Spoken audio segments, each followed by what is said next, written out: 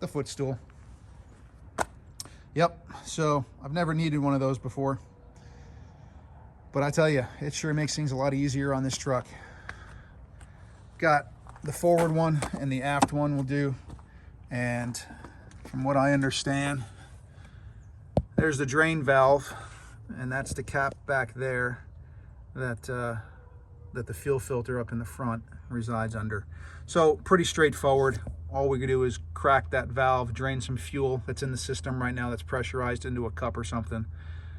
We'll close that valve, then we'll take the fuel filter off, the cap off. I think it's like 1 1/8 on the top of that thing.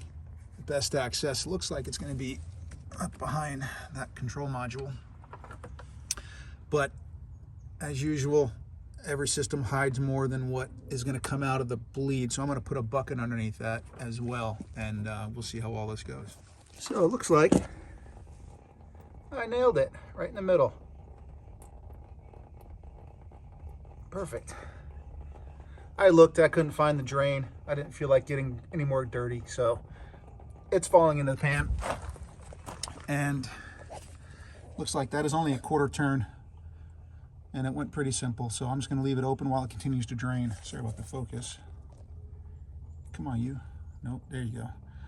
So she's draining in the right place anyway. And we'll crack that top off next. I'll tell you, she's got some pressure on it. Still running after about 3 or 4 minutes. Here's the setup. A little bit of a swivel on the end, a couple extensions, and it fits right on the top, nice and tight. Okay, that was easy. Caps off. Where'd my flashlight go? Down here.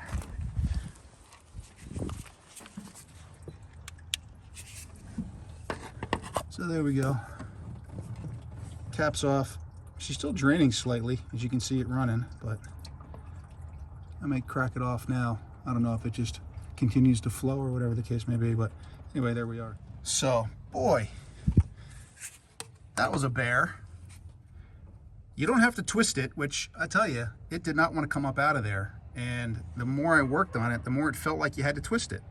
But you don't have to twist it. You just need to put enough leverage on it to get it up and out of there. But whatever you do, don't break the canister itself. Try not to pry on anything. So it did come up with a good pop, and there's a handle on it that was tucked in. So we'll see how old that filter is. All right, there's the filter coming up and out. Try to do this quick and not drip. Okay, that was good. So Baldwin PF 46108 USA. Okay. I mean, I don't know. It definitely looks like it's been in there for a while.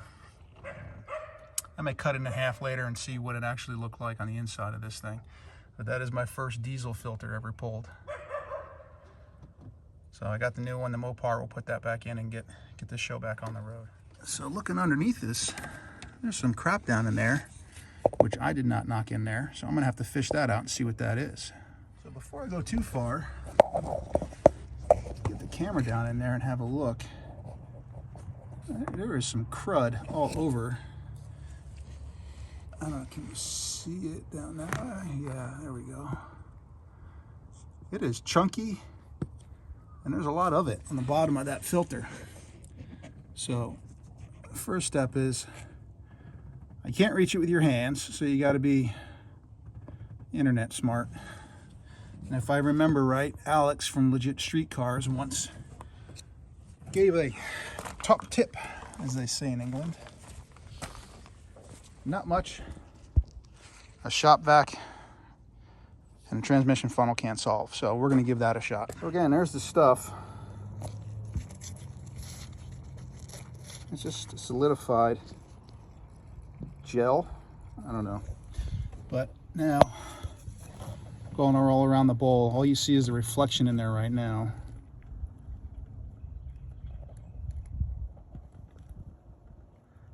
Blow that out real quick and get this thing back moving forward. Okay, it's back in. Make sure you get a solid thunk. It is an oblong post that the filter slides down on, and I don't know if I've said it before, but just make sure that you don't drop any more foreign debris down inside that thing. Keep it as clean as you can possibly keep it. Gosh, stop with the focus, man. Good Lord. Anyway, you'll feel it and hear it solidly lock in. And then clean the cap off, new O-ring on the gasket, or on the cap, and then I think it's 30.5 Newton meters, but check your cap. The last tip I'll leave you with is make sure you get the O-ring out of there and you don't double O-ring it, because that O-ring sits on the bottom of the housing. It will not stay in the cap when you take it out. And it is pretty invisible, so make sure you get that O-ring out. Okay, moving aft. Let's go see if we can find this aft fuel filter somewhere in front of the rear wheels.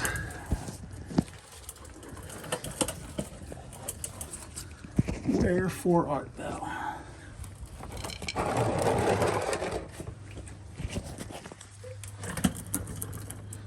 Oh, look at you. It's right up above the drive shaft. Okay. That's going to be a mess of fuel. So, disconnect it there.